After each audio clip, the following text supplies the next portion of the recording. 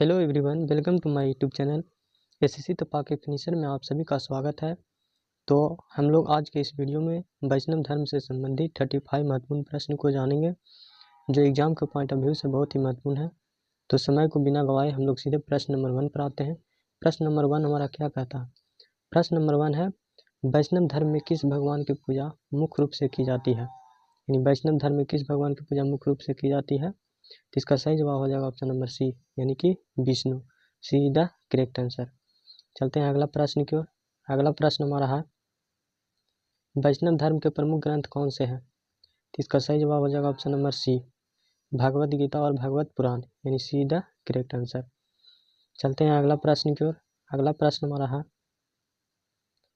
वैष्णव धर्म के किस अवतार को दशावतार कहा जाता है? यानी वैष्णव धर्म के किस अवतार को दशावतार कहा जाता है? तो इसका सही जवाब हो जाएगा ऑप्शन नंबर ए, यानी कि विष्णु, यानी ए इज द करेक्ट आंसर।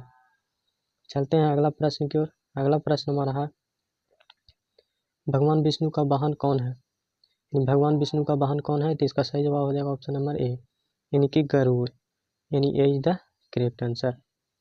चलते हैं अगला प्रश्न की ओर। अगला प्रश्न हमारा है, वैष्णव धर्म में भगवान विष्णु की पत्नी का नाम क्या है?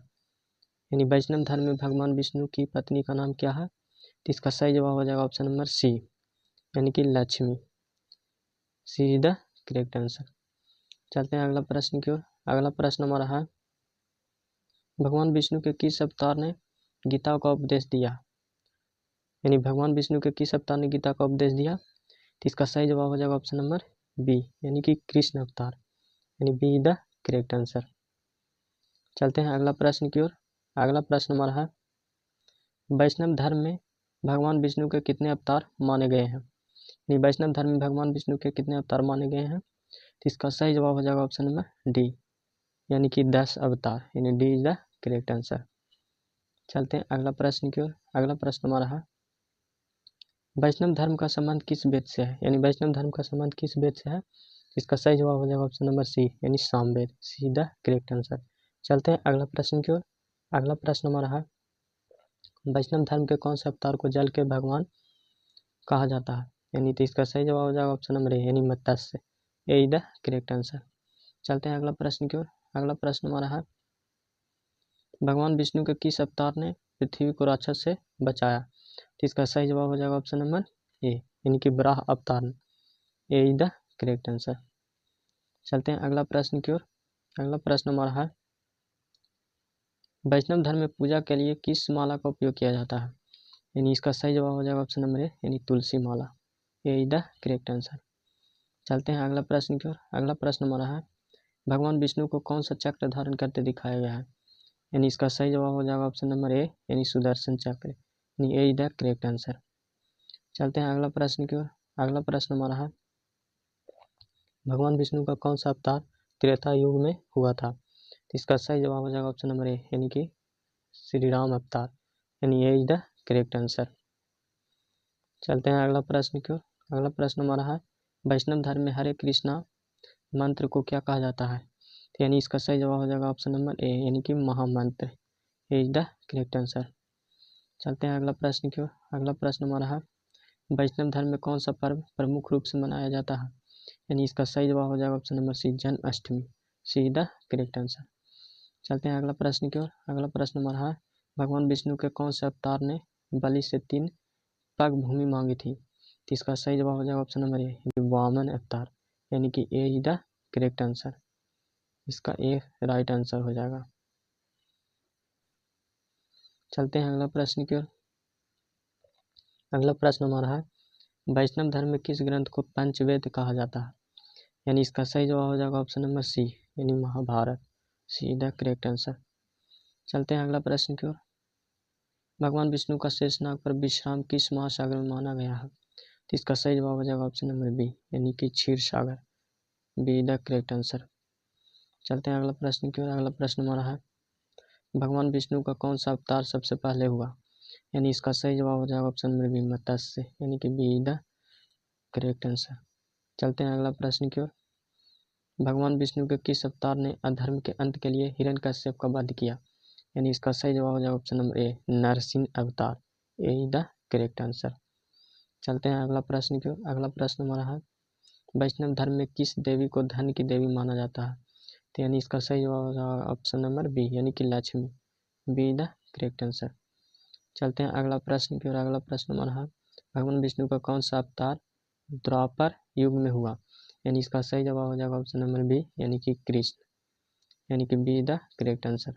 चलते हैं अगला प्रश्न की ओर। अगला प्रश्न हमारा है वैष्णव धर्म में भगवान विष्णु को किस नाम से भी जाना जाता है?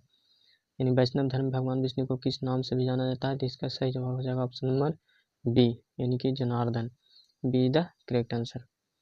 चलते हैं अगला प्रश्न की ओर। अगला प्रश्न हमारा है वैष्णव धर्म में वैकुंठ किसे कहते हैं? यानी इसका सही जवाब हो जाएगा ऑप्शन नंबर सी विष्णु का निवास। सी द करेक्ट आंसर। चलते हैं अगला प्रश्न की ओर। अगला प्रश्न हमारा है भगवान विष्णु का कच्छप अवतार किससे संबंधित है? यानी इसका सही जवाब हो जाएगा ऑप्शन नंबर ए समुद्र मंथन, यानी कि यही द करेक्ट आंसर। चलते हैं अगला प्रश्न की ओर। अगला प्रश्न हमारा है वैष्णव धर्म में किसको परम पुरुष कहा गया है?